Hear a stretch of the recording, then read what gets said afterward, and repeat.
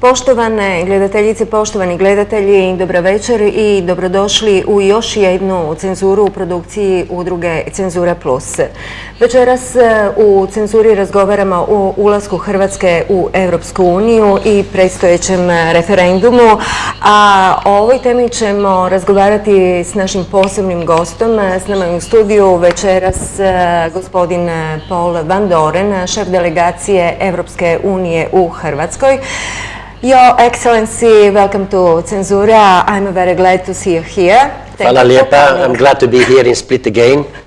Okay. Gospodine Vandoren, molim vas, možete li objasniti zapravo, evo, cijeli proces pregovaranja Hrvatske je završen prošle godine i trajao je iznimno dugo, više od 6 godina. Međutim, evo, u ovom trenutku nalazimo se ispred nas je zapravo referendum na kojem trebamo odlučiti jesmo li za pridruživanje Europskoj uniji, hoće li Hrvatska postati članica Europske unije ili možda neće. Možemo li kratko na samom početku ove emisije objasniti što je to Europska unija danas, kakva je njena uloga u međunarodnoj globalnoj zajednici? Thank you very much for this very basic question. And I think it's very much appropriate to ask this question because the European Union of today looks very different from how at the time, 50 years ago, the European community looked like. As you know, we started more than 50 years ago amongst 6 member states, shortly after the World War, the Second World War, basically to create the conditions to maintain peace and stability in Europe, as I said, in the then European community. And luckily, we have been successful by maintaining peace and stability. And over all these years, we have expanded, we have enlarged several times. And this is why this is such a relevant question, because now the European Union is facing the new enlargement, possibly and hopefully, with the accession of Croatia. So, as you know, Croatia, having concluded the accession negotiations with the European Union, is heading to become the 28th member state of the European Union. Croatian language is scheduled to become the 24th language of the European Union. Of course, all this provided, and that's where we are now in the context of the referendum, provided that the citizens of Croatia this Sunday will say, yes, we want to be part of the European Union. We want Croatia to be part of the European Union. Personally, of course, I'm hoping that, first of all, the citizens will vote in great numbers, and that of those who vote, many yes. will vote yes. I do believe that that will be the crown in this process from the side of Croatia, and then ultimately, if also the ratification in the member states takes place successfully, and there is no reason that we should doubt about this, then by 1st of July 2013, Croatia will be there where it belongs. Ja ću se za trenutak vratiti na trenutnu situaciju u Europskoj uniji. Je li se u ovom trenutku, je li se osjeća to jedinstvo i zajedništvo? Je li zapravo ideja Europske unije još uvijek aktuelna? Je li projekt prisutan u svim zemljama i svim članicama podjednako? The idea of a united Europe, of a European Union, has been very strong in the member states of the European Union. But of course, there are those who believe that we should be very cautious and further progress only with certain measurement. because many people think, many citizens think that the European Union is a project which is very far away from the citizens of the member states. I do believe that that is not the case, because the European Union has affected many spheres of daily life of the citizens of our member states. And this will be the case also for Croatia. Now, the idea of a united Europe, of a European Union, of course, has also been opposed to by citizens throughout the European Union, which is perfectly normal in a democracy. So I also have no difficulty with Croatian citizens who are questioning the validity of Croatia becoming a member of the European Union. This is democracy. This is what democracy is about. Recite mi, u ovom trenutku se Europska unija suočava sa dubokom ekonomskom ali i društvenom krizom. Mislite li da politički lideri imaju političku viziju za budućnost Europe i možda imaju strategiju kako razriješiti ovu krizu? Well, let's be clear about what the current major difficulties are in the European Union. On the one hand, we have in a number of member states, and several of these are part of the so-called Eurozone, have spent too much money in the past, and therefore the sovereign debt, the debt of the government, is far too high in comparison with the means about which these member states dispose. That's bad. In any economy, in any household, you should be careful about the spending. So this is what is being tackled, and the European Union, the member states together with the European institutions have been tackling over the last 18 months.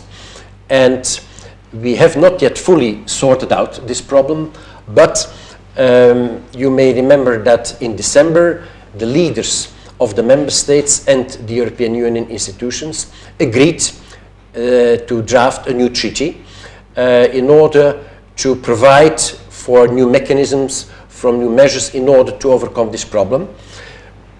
Good work, good progress has been made, and the expectation is that the political leaders probably at the end of January will endorse the work done on this treaty in order to be able to sign this treaty on the 1st of March. However, this is only one of the issues I wanted to talk about. But u ovom trenutku zapravo čini se da su politički lideri usmjereni isključivo na rješavanje ekonomskih problema eurozone. Znači na spašavanje banaka, financijskih institucija i tržišta, dakle svih onih koji su zapravo prouzročili ovu krizu. Što je sa drugom, što je sa dubokom društvenom krizom koja sigurno postoji u zemljama Europske unije? First of all, indeed, it is important in order to overcome these difficulties in the European Union that leadership is being provided. And certainly you have watched and witnessed this as well. The German Chancellor and the French President have taken a strong lead together with the President of the Council, Mr. Van Rompuy, and President of the Commission, Mr. Barroso. They've really been working very hard, and it is important that these two member states and the representatives of the institutions work closely with all the member states, because indeed it is important that all the member states join in this effort. However, for the time being, the United Kingdom has decided to stay out of this draft treaty. This is the right of the United Kingdom. But very rightly so, you have referred to the social crisis, or you can call it a problem of lack of economic growth. I think. Koji su problemi s kojima se danas suočava Europska unija? Je li to velika nezaposlenost, posebno mladih ljudi, socijalna nesigurnost na koju se jako žale i recimo jedan svojevrstan pad životnog standarda, koji je još uvijek veći nego u Hrvatskoj?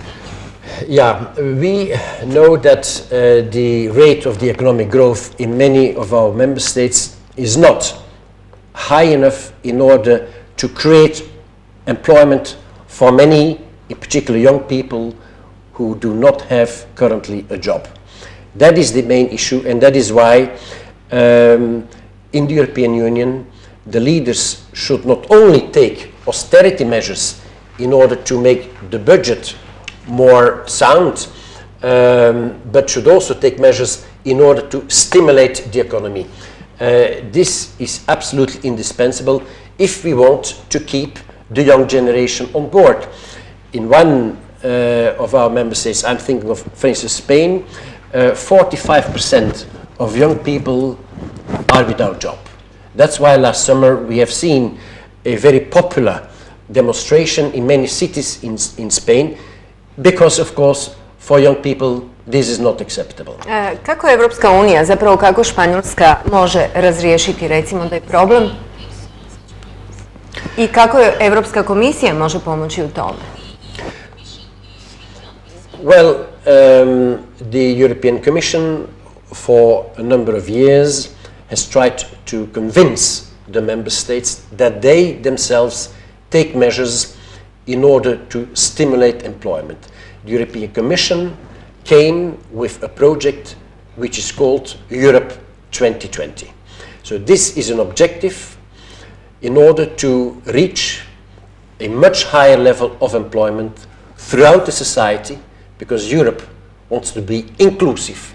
Europe does want to avoid that particular parts of the population would be left out of progress.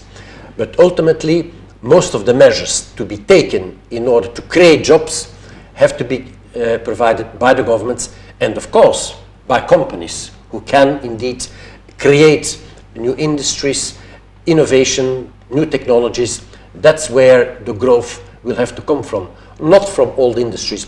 And I personally believe that this is also true for Croatia, because in Croatia we also have a level of unemployment which is too high, and this will be, in my view, one of the biggest challenges for the new government, to create an environment where more people will be put at work. Hoće li nam Europska unija u tome pomoći? Well, of course, the accession of Croatia to the European Union will be beneficial because, for instance, in the future, as of accession, Croatia will be able to benefit from funding from the European Union to a much larger extent than has been the case in this period of the last 10 years prior to accession.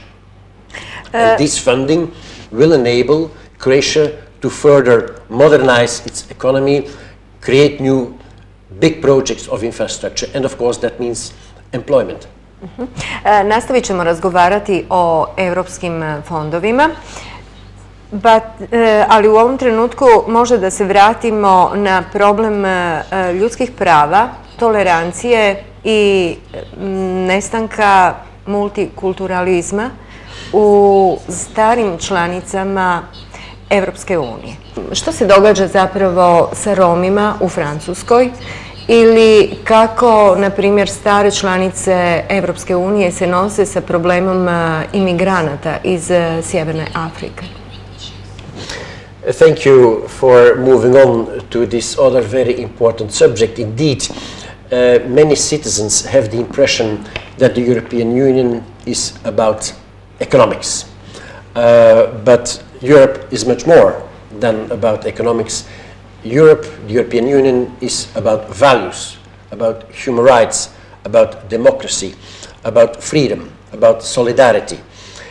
Of course, we have been witnessing developments in the Mediterranean area in North Africa over the last 12 months, and the European Union is committed to assist these young democracies to full democracy, and there is a huge opportunity for the European Union to work together with these countries, and therefore it is very important to work with civil society in these countries. The developments in the Mediterranean and the Middle East over the last 12 months has really been a bottom-up development, and that's where the European Union gives its support. in order to come back to the issue of Roma, which is an issue which is not proper to France, but has been prevalent in a number of other countries, including in Croatia, actually. The European Union insists very strongly on avoiding any discrimination in terms of origin of people, and is pleading very strongly for the effective integration of Roma people or other minorities into the society, and therefore it is important to also provide these people, to provide the mechanism so that they can have a job, that they have accommodation, proper accommodation. Međutim, je li zapravo na dijelu duboka podjela između bogatih članica na sjeveru Europe ili u starih članica u zapadnoj Europi koje su znatno ispred recimo novih članica iz istočne Europe, ali i nekih starih koje su na jugu Europe? Je li se Europa na neki način podijelila? Well, I think that talking about old member states and new member states is no longer appropriate. Why? This is no longer appropriate because the enlargement processes which took place in 2004 and 2007, which brought into the European Union 12 new member states, these processes have been successful. The differences which existed prior to the accession of these 12 member states have been significantly reduced. Let me explain. Why is that so? Because trade between these countries has increased substantially. Investment between the countries or the member states which you call the old member states and the new member states have increased substantially in both directions, and the standards of living have increased substantially. So I think that it is no longer appropriate to talk about old and new member states, and I believe that the enlargement processes have been successful policies of the European Union, and I'm deeply convinced that the current enlargement, in order to include Croatia, will also be a successful experience, provided, of course, the citizens of Croatia want to become part of the European Union, and therefore the accession of Croatia to the European Union can be a win-win situation. In other words, can be a win for the citizens of Croatia and can be a win for the citizens of our current 27 member states. Evo, sad možemo nastaviti naš razgovor u odnosu na Hrvatsku. Naime, kao što sam već rekla, pregovarački proces je trajao iznimno dugo, 6 godina, mislim čak nešto više od 6 godina. Koliko ste zadovoljni hrvatskim progresom u provedbi ekonomskih i društvenih reformi? Well, the European Commission last year in June proposed to the member states of the European Union to conclude the negotiations, which, as you said, lasted for more than 6 years. And any negotiation lasts too long for those who are impatient to conclude negotiations. But negotiations always take a time, and one cannot say in advance how long a negotiation can or should last.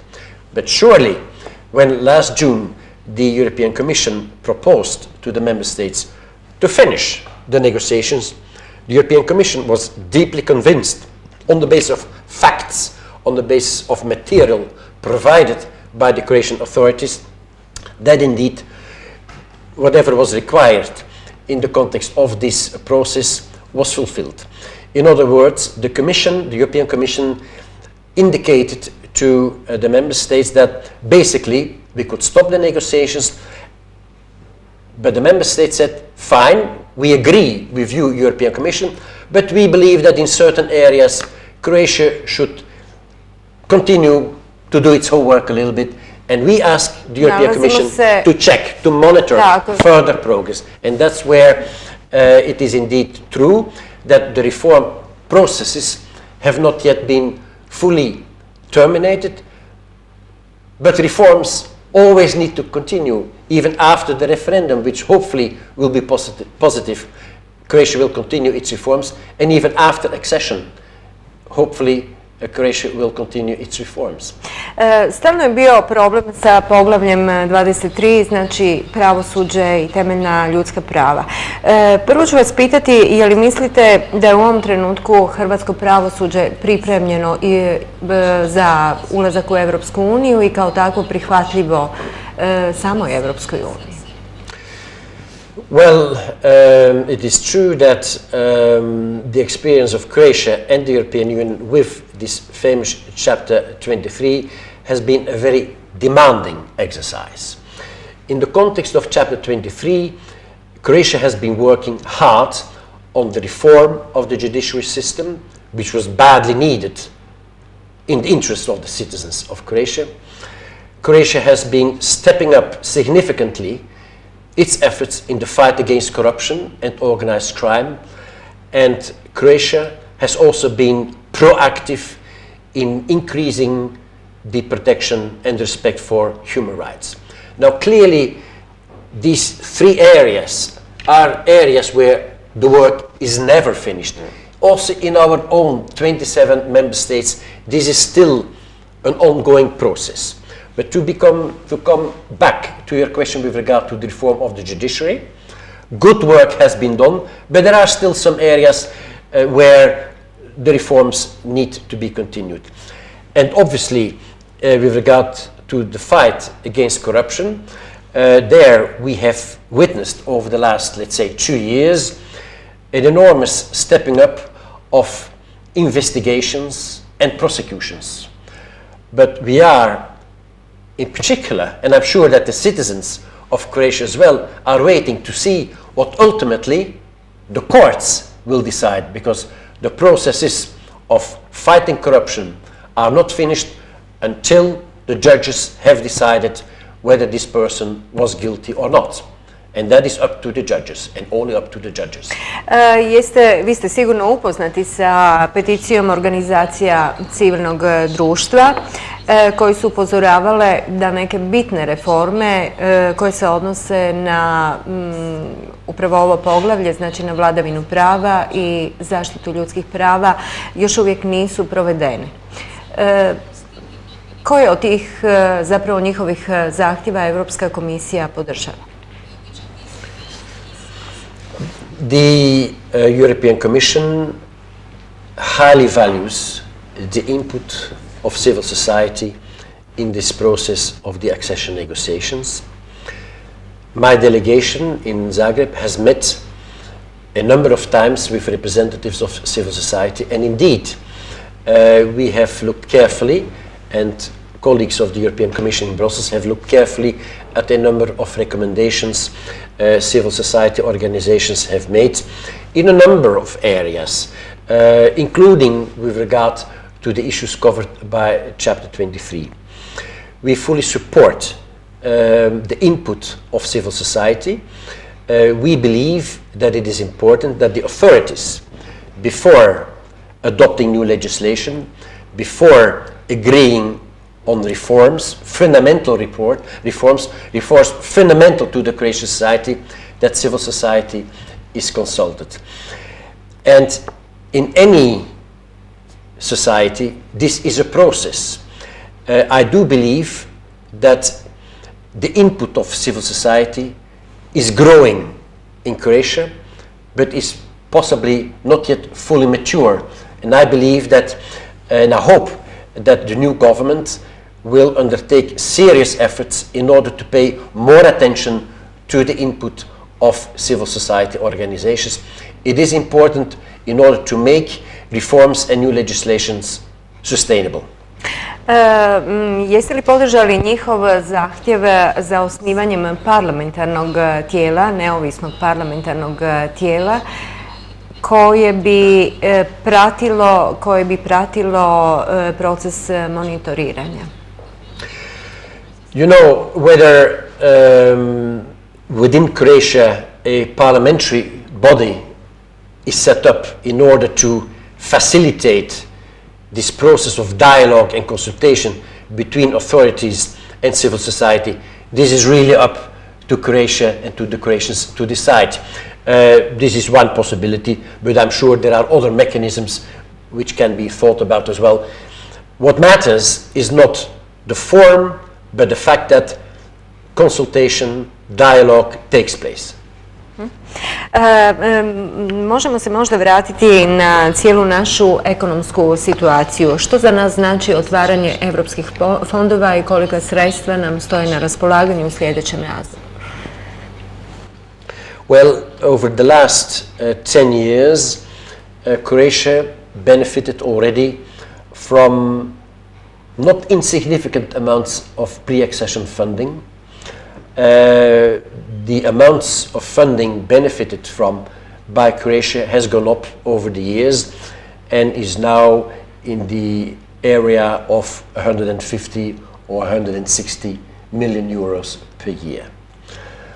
I already indicated earlier on in this conversation that one of the advantages of membership, future membership of Croatia of the European Union, is the possibility to benefit from much more significant funding. So already in 2013, by when hopefully Croatia will become member of the European Union, this amount will be multiplied by approximately 6 times. And then for the future period, the new budget period, which in the European Union will run from 2014 to 2020, this still needs to be negotiated. But clearly, this is an important advantage. Hoće li se Hrvatska, posrnula ekonomija, jednostavno ne znam kako drugčije nazvati, moći nositi sa konkurencijom na tržištu Europske unije? Well, here we come to another major advantage, major benefit of the future accession, the possible future accession of Croatia, is Croatia becoming part of this huge single market. This means for the Croatian entrepreneurs to have, I would say, unrestricted access to more than 500 million citizens, customers or consumers. This is a huge opportunity. Now, of course, I often say the market does not come to the entrepreneurs. The entrepreneurs have to go to the market. So it is the challenge, and this is a question of competition of the Croatian entrepreneurs to investigate the markets of our member states, try to find out where their comparative advantage is in order to detect the niche markets where Croatian products can find their place in the shops, their channel, maybe even electronically to the consumers. This is their responsibility, this is their challenge. Jesmo li to mogli možda i do sada? A iskustvo govori da nismo iskoristili sve one otvorene mogućnosti koje je Europska unija nudila. The Croatian market indeed is already to a very large extent integrated in this single market of more than 500 million customers.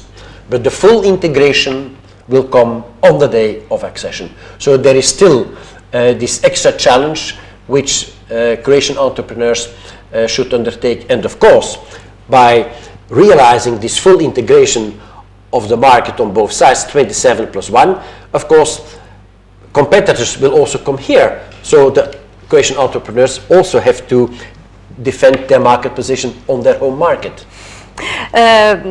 Što to znači, recimo, u tom kontekstu, možemo na 2 primjera za našu poljoprivredu, možemo reći za poljoprivredu i za brodogradnju.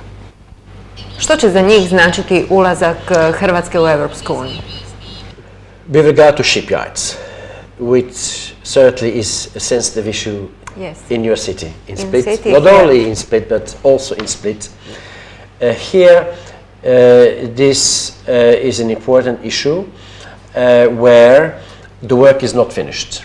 And from the European Union side, we are waiting for a report from the Croatian authorities demonstrating further progress made since last October.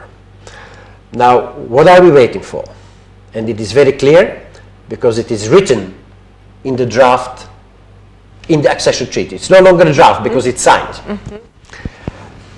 In the accession treaty, it is foreseen on the basis of mutual agreement between all the EU member states and Croatia that the shipyards, a number of shipyards, not all of them, but the major ones, which have had difficulties over the last few years and which have benefited from state aid for a number of years for large quantities of money, Yes.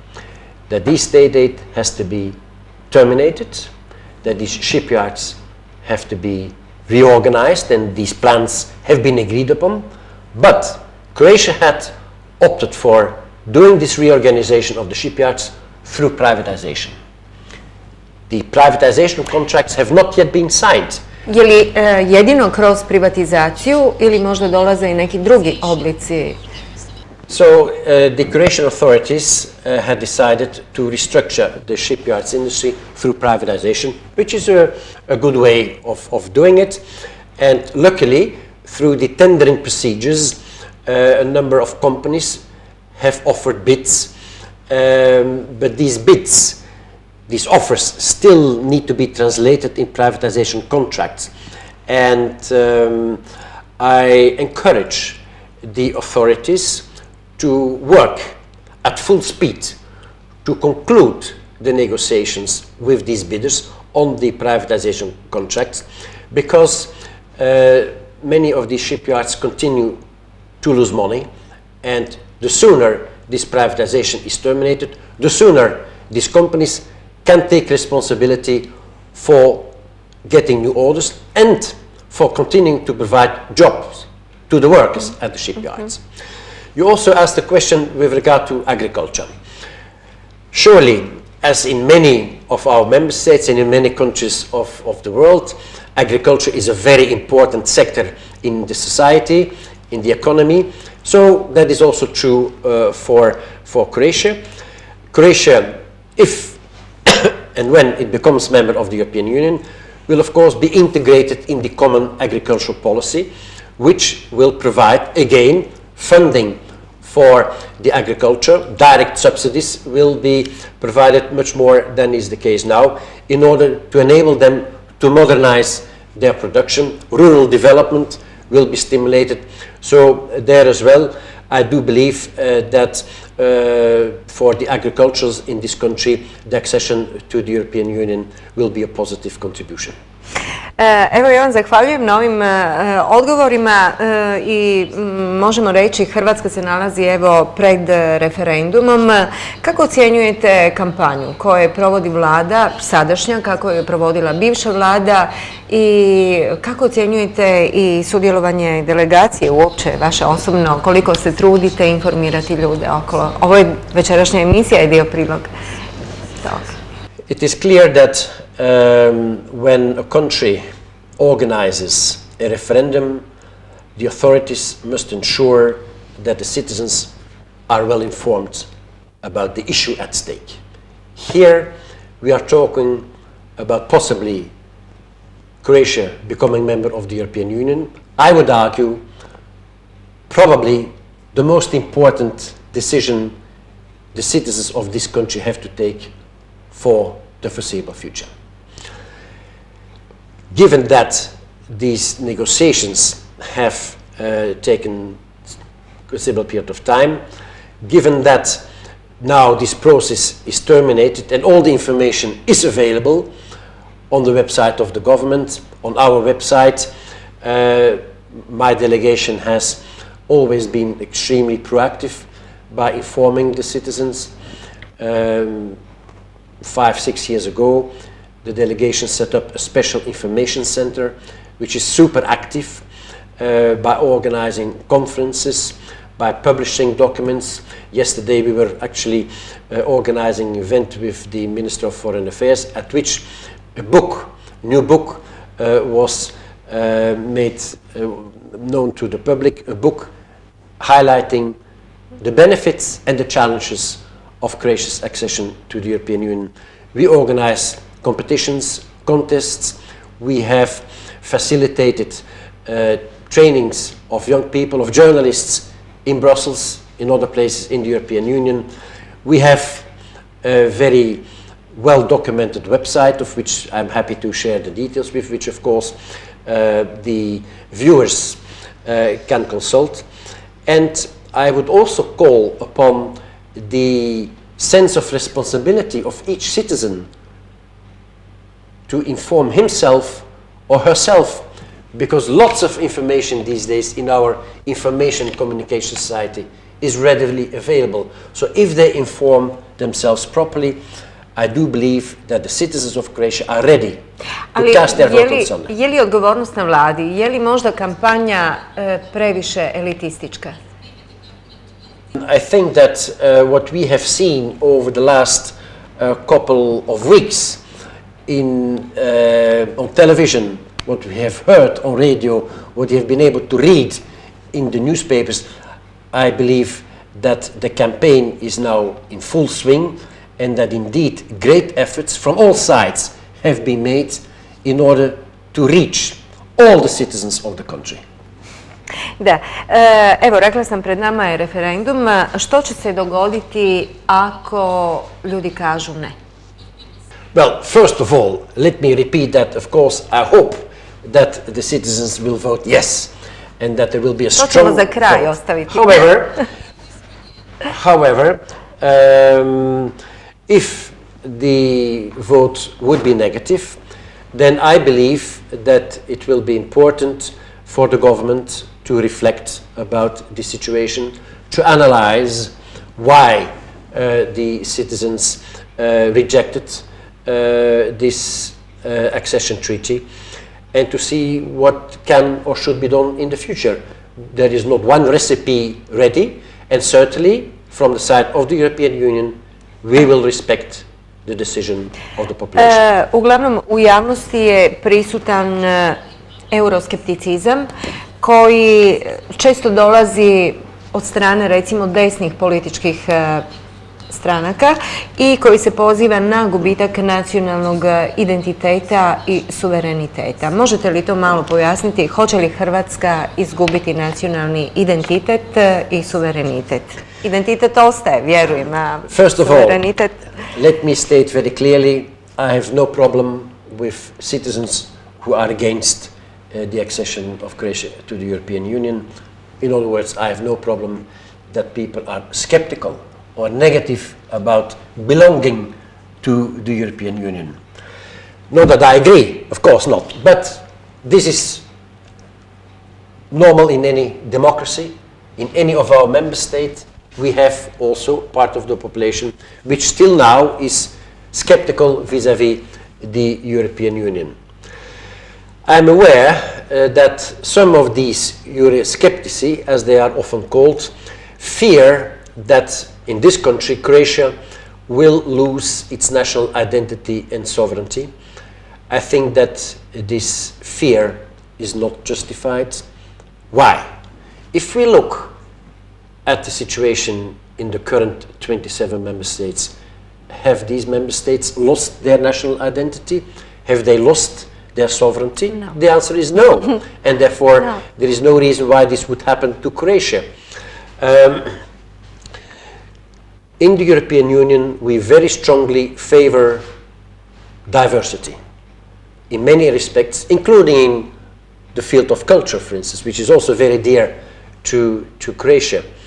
Diversity continues to prevail throughout the European Union, and therefore I would certainly encourage those skeptici to reconsider their views. They should not be afraid.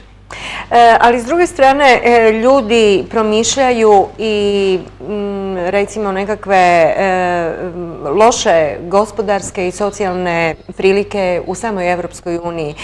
Posebno stoga što i samo naše gospodarstvo se nalazi u jednom izuzetno teškom stanju. Ja ću vas sada pitati nešto konkretno.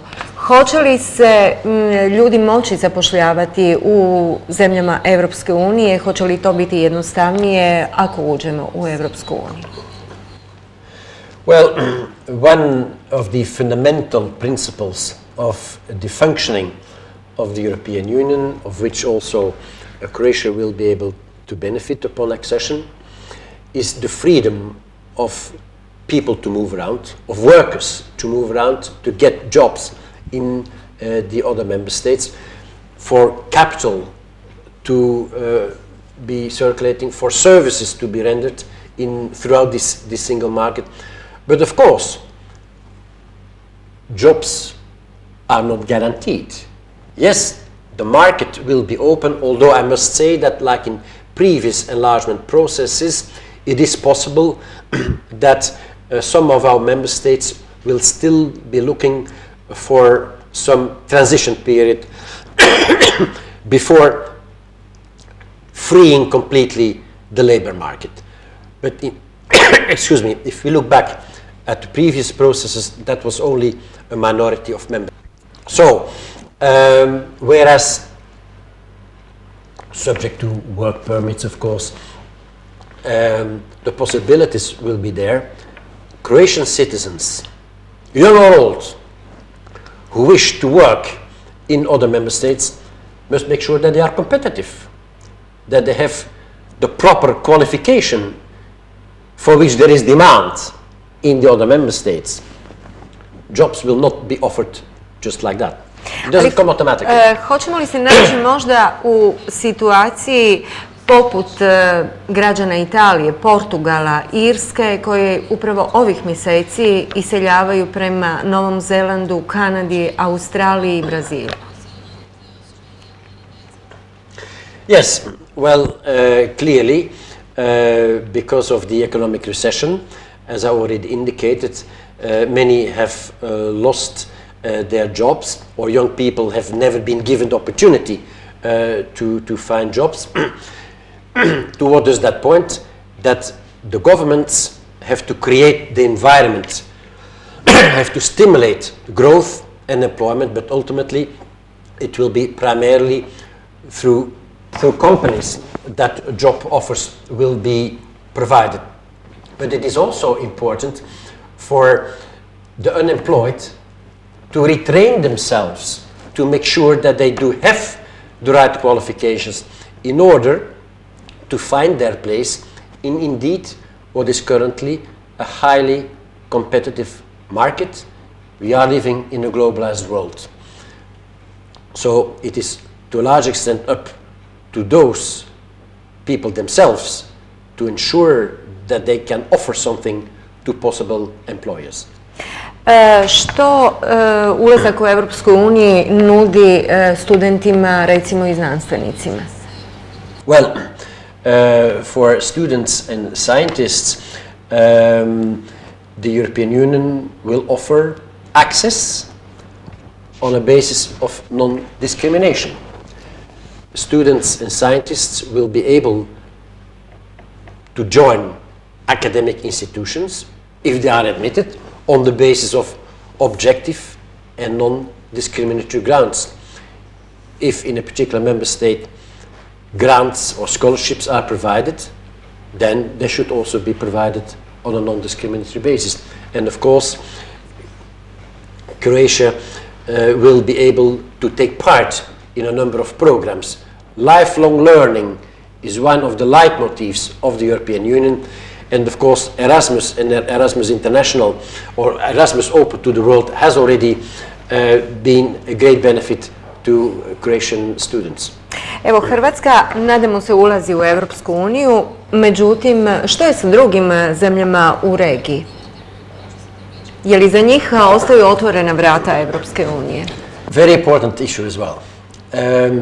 I believe that the possible accession of Croatia to the European Union offers Croatia to become a bridge builder between the current European Union and the other countries of the region, because Croatia has gone through this process of negotiation. And on the basis of my contacts with the political establishment in Croatia, I believe that indeed Croatia has the intention to do so. Now this can be extremely helpful because the other countries of the southeast of Europe are in different phases of their aspiration towards the European Union. But basically, they have expressed their intention that they would like to become members of the European Union, and the European Union has given indications to these countries that if the conditions are fulfilled, because that's what it is about at the end of the day, they indeed will be welcome. So Croatia can provide a lot of assistance to these countries in order to help them prepare themselves to eventually become members of the European Union. I believe this is important in the interest of these countries, but also for the European Union, because the current European Union wishes that peace and stability in the southeast of Europe is maintained. We do not want to see any wars any longer. U koliko mjeri mislite da bi dvije krizne situacije u regiji, područje Bosne i Hercegovine i područje Kosova, moglo ugroziti mir i stabilnost u regiji? Of course, we have to look at the reality, and you're right by pointing to a very difficult situation in Bosnia and Herzegovina, to a difficult situation within Kosovo, and let me add to a difficult relationship between Serbia and Kosovo. The countries have to deal with these situations internally, and Europe is trying to advise these countries how to move forward. But of course, they have to create internally the conditions by agreeing amongst the political parties, the different groups of the society, such as in Bosnia and Herzegovina. Only they themselves can do so. And this is a precondition, of course, before significant further progress in terms of preparation for access to the European Union can be made, and between Kosovo and Serbia. Obviously, the relations have to further improve, and this has also been made clear to Serbia last December, when the heads of state and government of our member states indicated that Serbia has to do more work in this area if it wishes to obtain the status of candidate country. Da, evo mi smo na kraju emisije. Molim vas samo jednu poruku. Hoćemo li pozvati ljude da izađu na referendum i možda, evo, vi imate neku sugestiju? Yes, I would very much encourage the citizens to speak up, whether it's yes or no, but at least that they express their views. And I said that the European Union will respect the decisions of the voters in the Republic of Croatia. I think, and I'm convinced, that the accession of Croatia to the European Union is a huge opportunity for the Croatian citizens. They should reflect about a number of the issues we have been talking about today, and they should reflect about all the information which has been made available, which I hope they will have digested by Sunday. Thank you. Your Hvala Excellency. lijepa. Hvala. Drage gledateljice, dragi gledatelji, mi smo na kraju još jedne cenzure. Večeras smo sa gospodinom Paulom Vandorenom razgovarali, šefom Delegacije Europske unije u Hrvatskoj, razgovarali o prednostima i manama ulaska Hrvatske u Europsku uniju. Nadamo se da smo ovom emisijom i vama pomogli u odluci. Svakako izađite na referendum i glasajte prema svojoj savjesti. Toliko za večeras. Lijep pozdrav i do gledanja. Bla, bla, bla.